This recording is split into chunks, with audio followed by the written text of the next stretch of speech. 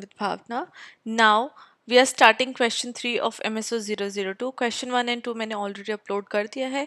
अब हम आ गए क्वेश्चन नंबर 3 पे. इसके बाद I will take a break क्योंकि मैं MSO 003 की वीडियोस पहले अपलोड करूँगी क्योंकि उसका एग्ज़ाम पहले है एंड MSO 002 का एग्ज़ाम बाद में है. तो दो मैंने सारी वीडियोस एक फोल्डर में डाल दी हैं बट MSO 003 और 4 के बाद मैं वापस से MSO 002 कंटिन्यू करूँगी. So this will be our last question अभी थोड़े टाइम के लिए.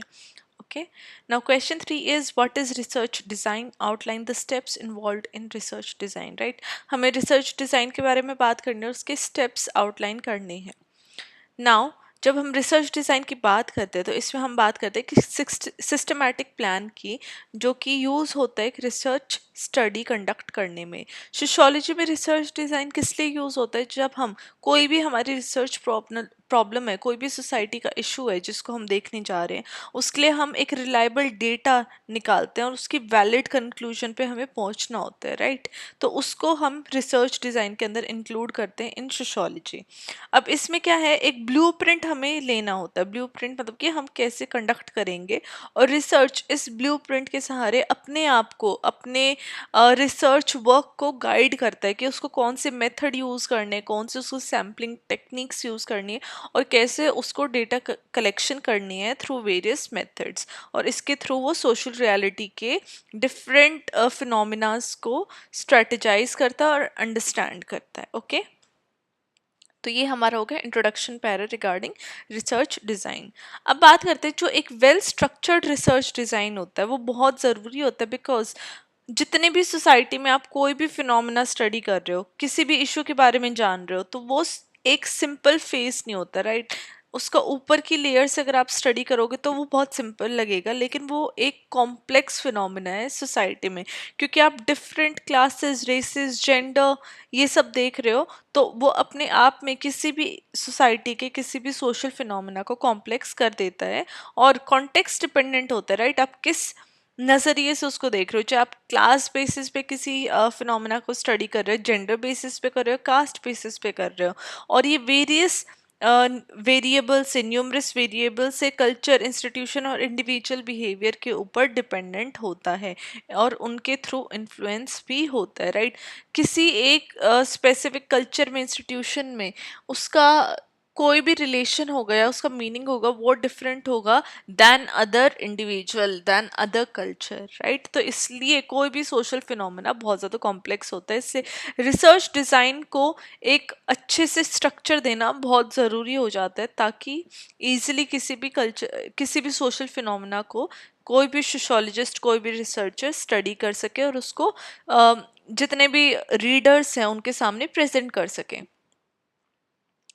नाउ कौन कौन से स्टेप्स इन्वॉल्व हैं रिसर्च डिज़ाइन में? उसमें हमारा फर्स्ट आ जाता है आइडेंटिफाइंग द रिसर्च प्रॉब्लम. जब तक आपको रिसर्च प्रॉब्लम का ही नहीं पता होगा, राइट, क्या रिसर्च प्रॉब्लम है, हमारा क्वेश्चन क्या है, हमें किसके ऊपर रिसर्च करनी है, तब तक आप कैसे आगे बढ़ोगे?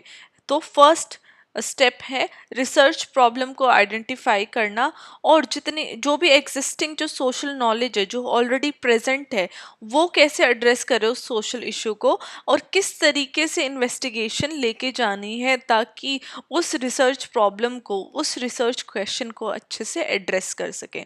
फॉर एग्जाम्पल जैसे ये रिसर्च प्रॉब्लम है कि कौन से फैक्टर्स है जो जेंडर बेस्ड वेज इनइक्वालिटी को अर्बन लेबर मार्केट में कंट्रीब्यूट कर रहे हैं, right? Gender based wage inequality कौन से फैक्टर्स है जो कंट्रीब्यूट करते हैं अर्बन लेबर मार्केट में. तो ये हमारा एग्जाम्पल हो गया एक रिसर्च प्रॉब्लम का.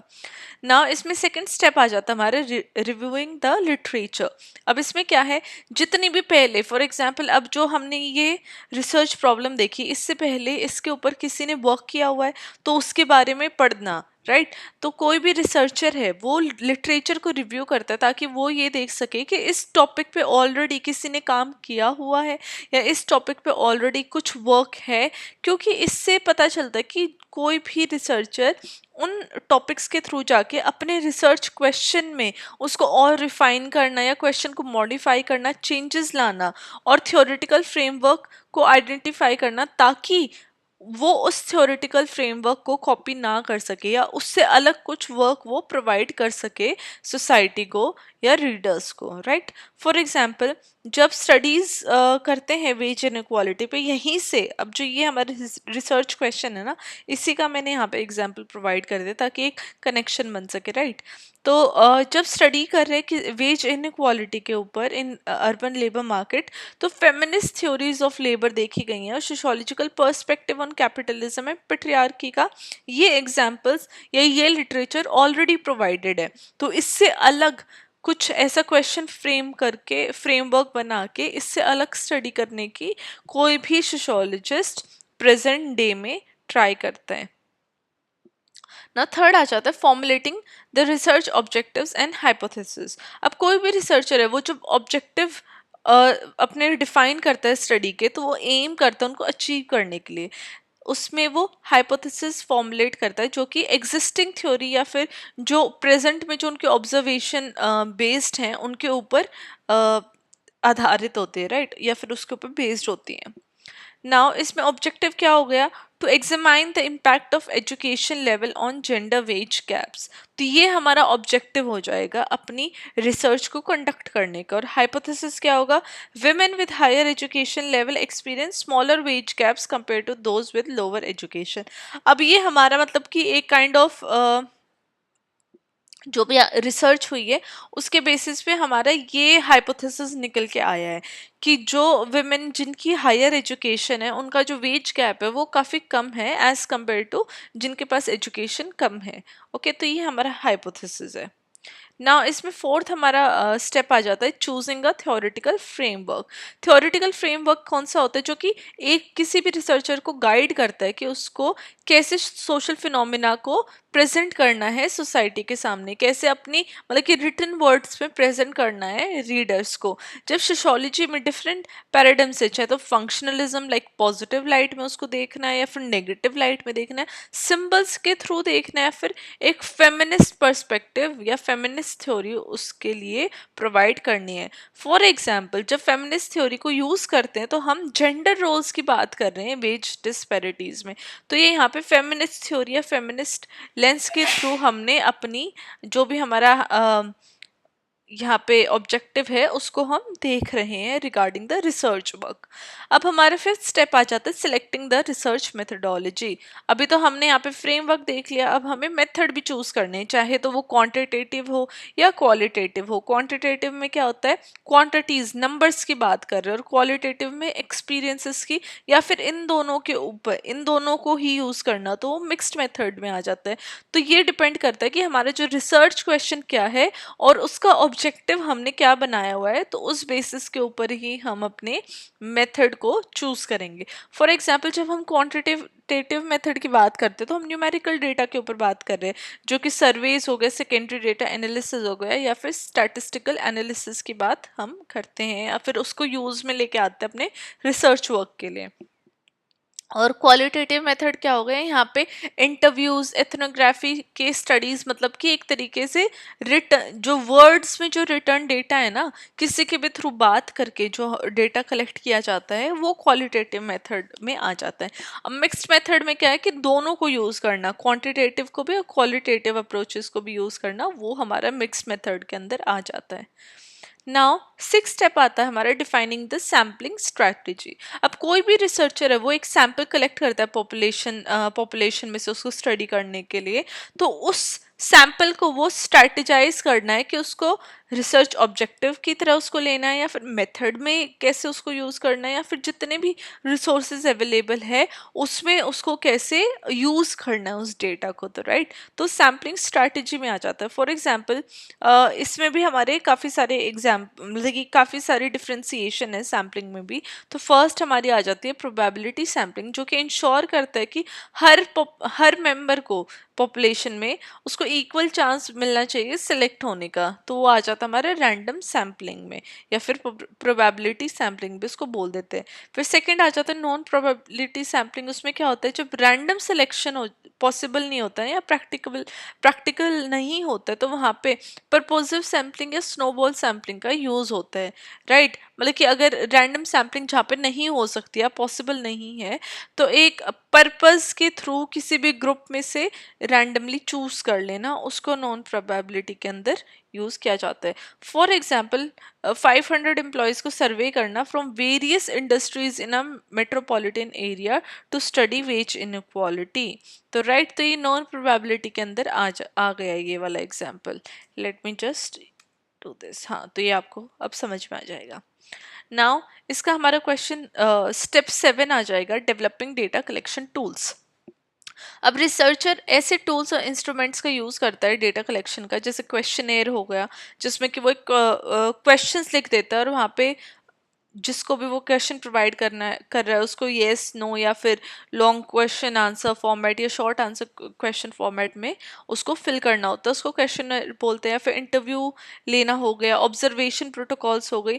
तो ये सारे टूल्स क्या है, वैलिड होने चाहिए, मतलब कि अगर बार बार भी सेम तरीके से सेम पर्सन से सेम क्वेश्चन पूछ रहे हैं तो वैलिड हो, उसका सेम रिप्लाई आ रहा है, तो वही रिलायबल हो जाएगा। और कल्चरली सेंसिटिव होना चाहिए, मतलब कि ये नहीं कोई भी उठपुटा क्वेश्चन किसी से भी पूछ लिया जाए, ऑफेंसिव नहीं होने चाहिए कोई भी क्वेश्चन, कल्चरली सेंसिटिव होने चाहिए, ताकि अगला भी आपका रिप्लाई देने के लिए रेडी रहे, आंसर करने के लिए रेडी रहे। ओके, इसमें फॉर एग्जांपल जब हम कोई भी सर्वे डिज़ाइन करते हैं तो हम question on income, education, work experience and perception of gender discrimination, इस टाइप के क्वेश्चन हम इंक्लूड नहीं करने चाहिए हमें, बिकॉज ये थोड़े से सेंसिटिव या पर्सनल क्वेश्चन हो जाते हैं। ओके, और इनका इनका आंसर देने के लिए कोई पर्सन रेडी भी नहीं होता, मतलब कि डायरेक्ट आपको अगर उनके इनकम के बारे में पूछना है तो आप इनडायरेक्ट क्वेश्चन डाल सकते हैं, बट फिर भी कुछ क्वेश्चन ऐसे होते हैं जिसका कोई भी इंसान आंसर देना सही नहीं समझता। अगर वो जेंडर डिस्क्रिमिनेशन के ऊपर बात कर रहे हो तो घुमा फिरा के कुछ भी ऐसे क्वेश्चन आपको पूछने चाहिए, like for example what are your thoughts on doing household works by men. तो इस तरीके के क्वेश्चन अगर आप डाल रहे हो तो मे बी बहुत सा हायर चांसेस होते हैं कि इंसान अपना पर्सपेक्टिव डाले इसमें। नाउ एट्थ स्टेप आ गया हमारा कलेक्टिंग डेटा। अब रिसर्चर जितना भी डेटा कलेक्ट करते हैं उन चोजन मेथडोलॉजी या टूल्स में, तो सोशियोलॉजी में ऐसी एथिकल कंसिडरेशन बहुत क्रूशल हो जाती हैं, जहाँ पे जो डेटा ऑब्टेन किया गया है वो कंसेंट के थ्रू हो, मतलब कि आपने परमिशन लेके वो डेटा कलेक्ट किया है और आप इंश्योर कर रहे हो कि वो डेटा या वो डिटेल्स कॉन्फिडेंशियल रहेगी, मतलब कि आपके और रिसर्च के बीच की जो डिटेल्स है वो कॉन्फिडेंशियल रहेंगे और आपने रिसर्च से कॉन्सेंट लिया हो कि I am collecting this data, are you okay with it.